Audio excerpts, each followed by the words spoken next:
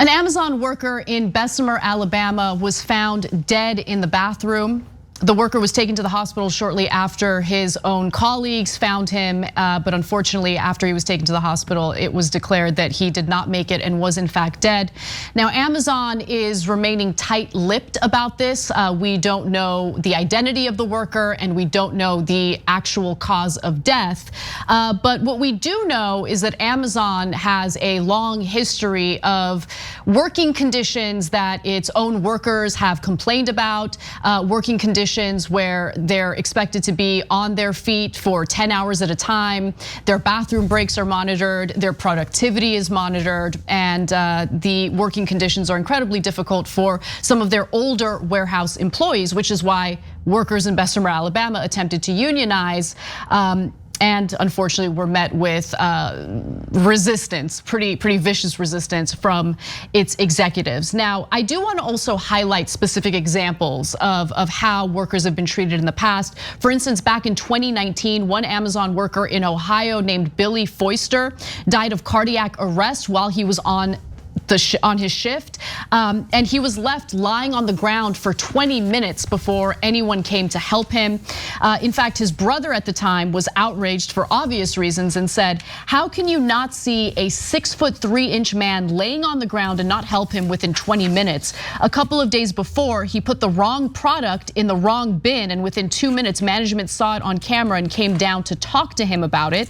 In fact, Foister had gone to their health clinic, Amazon's health clinic, to complain about some chest pains he was experiencing. And they told him, "Oh, you're fine, you're just dehydrated, get back to work." He did, and he died from cardiac arrest. So that's a specific example, but there are many other examples to point to when it comes to the working conditions in these warehouses. Yeah, so let's take this one step at a time. So is Amazon guilty if someone dies of a heart attack at work? No, not necessarily. People die of heart attacks and sometimes it's at work, right? But here, there's a couple of situations that I think are more pertinent. Number one, the guy complains of chest pain, and they basically tell him, have a drink of water, go back to work. And then he dies a week later from chest pain, the heart attack that he got, right? So do we think the Amazon employees and their medical centers are incentivized to drive people back to work? Well, I'd be very curious about internal communications there, right? And so my guess is they're gonna get sued and they're gonna settle because they don't want people to find out the internal communications of what they tell their medical personnel about driving people back to work, no matter what kind of conditions they have, right? Number two, well, the brother is certainly right. He says, now you put something wrong in the wrong bin, they're on it like that, right?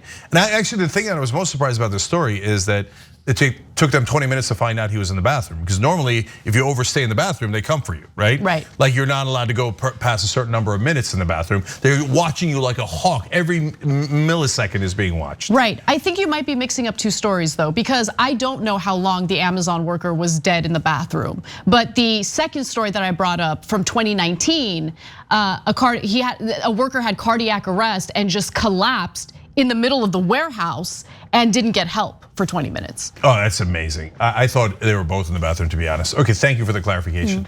So now, one more thing about that, and I think the most important one. In several of these instances, the management says to the others, get back to work. Yes. Now wait, no. Guys, come on, man. There's gotta be some humanity. Is there no, and there isn't. The corporate machines have taken over. There's not a shred of humanity left. We live in a science fiction movie. And by the way, there's two different worlds. If a company like ours, a small company without much power, and one that's progressive and cares, did 1% of that, first of all, I would be enraged, right? But we would be shut down within the week, right? People would be like, how could you? How could you? Amazon's like, oh, someone died. The guy next to you, that works next to you, presumably your friend and someone you've seen every day. He dies right in front of you. Back to the mines, back to work, okay? Never mind the dead body there. There's no bounds of reason, man. Yeah, one employee who spoke to The Guardian at the time said that they were forced to go back to work, and then also said this: no time to decompress. Basically, watch a man pass away, then get told to get back to work, everyone, and act like it's fine. And so, look, there's obviously a culture there that makes it abundantly clear to the workers that the profits of the company certainly outweigh the importance of their own lives and their own health. And that's the reason why Amazon workers in Bessemer, Alabama were trying to unionize. So even though we don't know what the cause of death was for the specific employee who died in Bessemer, the one who was found in the bathroom, it is important to put his death in the context of that particular fulfillment center. And I do want to just quickly go to this video because I want you to hear it from the workers' mouths, not from me. These are actual workers from Bessemer, Alabama, who wanted to share their perspective on what it's like to work in that warehouse. 10, 11 hours a day, standing on your feet, just 2 breaks. It's stressful, it's tiring. Daryl Richardson, one of the warehouse's 5,000 plus workers, is a picker, gathering products for customer orders at the rate of about 1 every 8 to 10 seconds. Every time I hit the button, it's just like this, consistent, over and over again. So I'm studying like this all day. So you're talking like 4,000 separate packages in a day? Yes, sir. Yes, sir. Every day? Every day. But it's more than just the work that bothers Richardson. They don't respect you, you mistreated. It's just unfair. Unfair how? I've seen that happen twice. I've seen a young man get fired for going on the conveyor belt. A safety concern, says Jennifer Bates. But there are no signs that say don't go up under the belt. So I felt that was unfair. And when Bates was subjected to a random security check one day, you have to empty your pockets, take off your shoes, shake your shoes, and be scanned and all that stuff. So as I'm putting my shoes on and putting my vest and stuff back on, so I asked her, do I get this time back for my break? She said no. I'm 51. About 3 o'clock, I can't give no more. I'm finished. Your legs be sore, feet be sore. And when you go home, only thing you want to do is lay down and go to sleep. 10 hours, I think is too much to have anybody work for a shift at Amazon. People have fainted, fallen out. I've seen people come out of there in wheelchairs.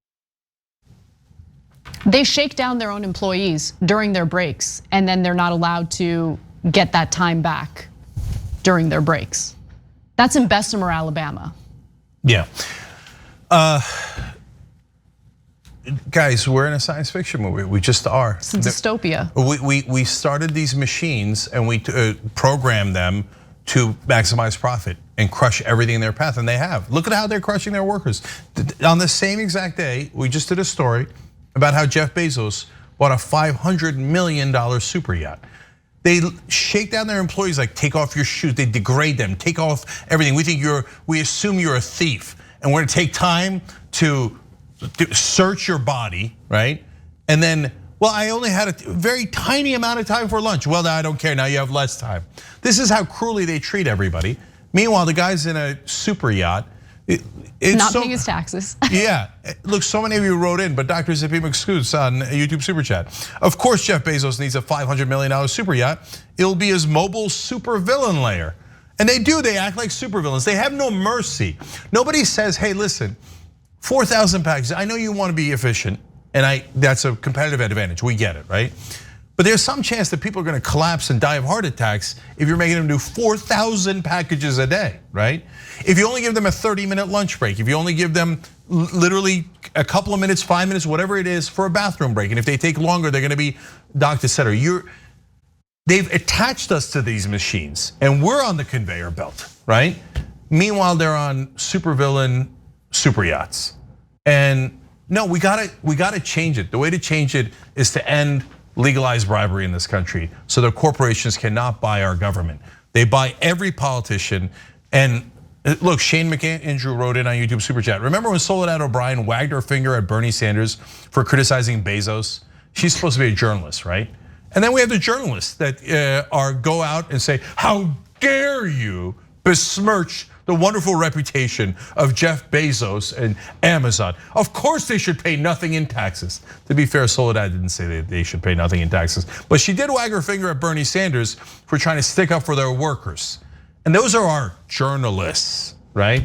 corporate media and other corporate machine backing the other corporate machines and the corporate politicians that funnel all of our money and all of the advantages to them.